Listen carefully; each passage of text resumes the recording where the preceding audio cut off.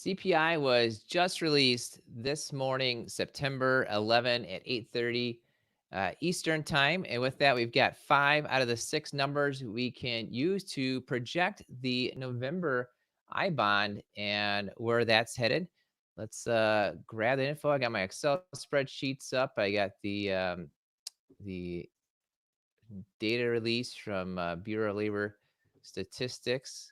All right, here we go. So we've got CPI-U increased 2.5% over the last 12 months. Of course, we know the 12 months don't matter too much. We want this number, 314.796. Plug that into the formula here.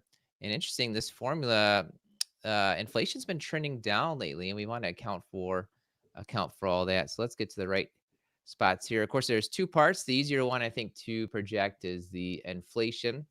And here, interesting enough, here's CPIU over last year. How last year is kind of flat, went down a little bit, came back up in the beginning of the year, kind of flattened out most recently over here. You can see how it's flattening out over there. But we got the numbers that go back to well, back forever basically. But we've got 5 numbers here. You can see a projection I've got going.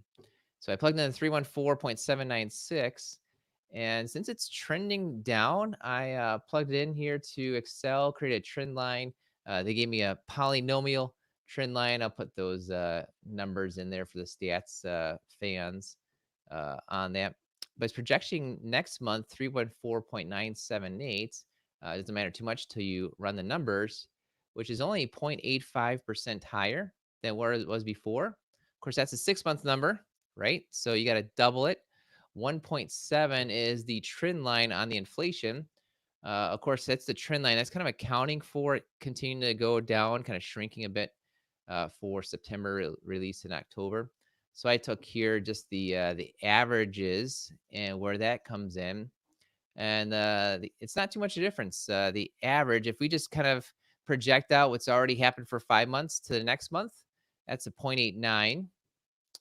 So we're projecting 1.7 and 1.78 for the inflation part. Of course, there's only 2 parts to the I bonds. You've got to look at the fixed part, and the fixed part matters now.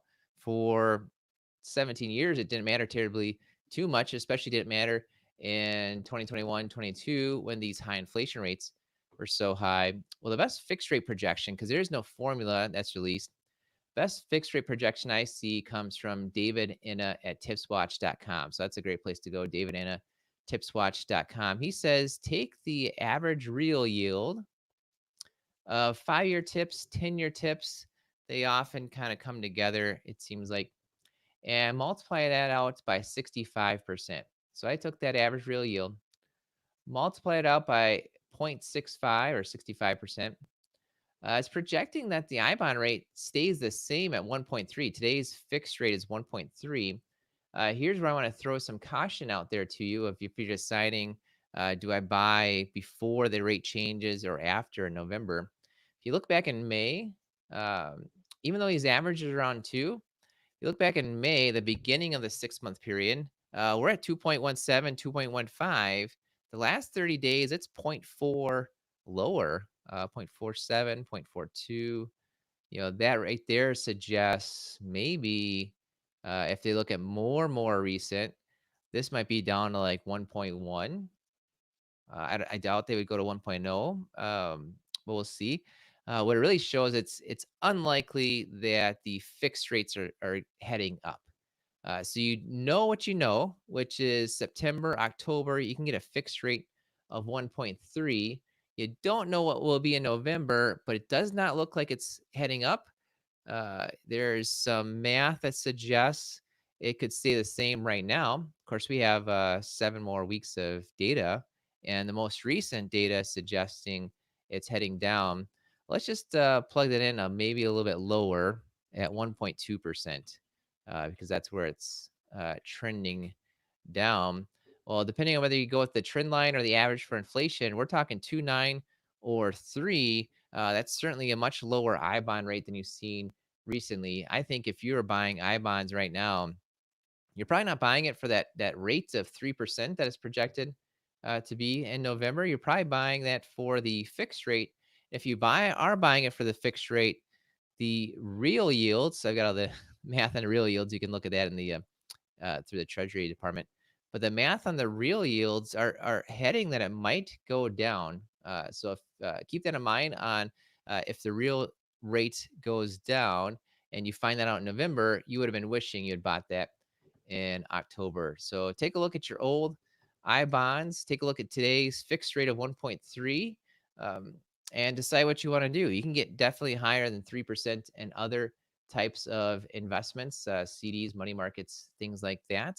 At the same time, that fixed rate, especially right now at 1.3, that's a 17-year high. Hasn't been this high for 17 years. I think if you're buying I bonds right now, you're buying it as an inflation hedge in the future, and you're trying to lock in that 1.3%. Uh, Subscribe to the Mr. Retirement channel. It's we're going to be here October 10th when the next CPI is released. That's going to be the official I bond rate for inflation. You'll know for sure for inflation. And when it comes to fixed rates, hey, that'll give us 4 more months, 4 more weeks rather of data. We'll see if this 30-day average is maybe bringing it down to suggest that there's a lower fixed rate. I'll see you next time.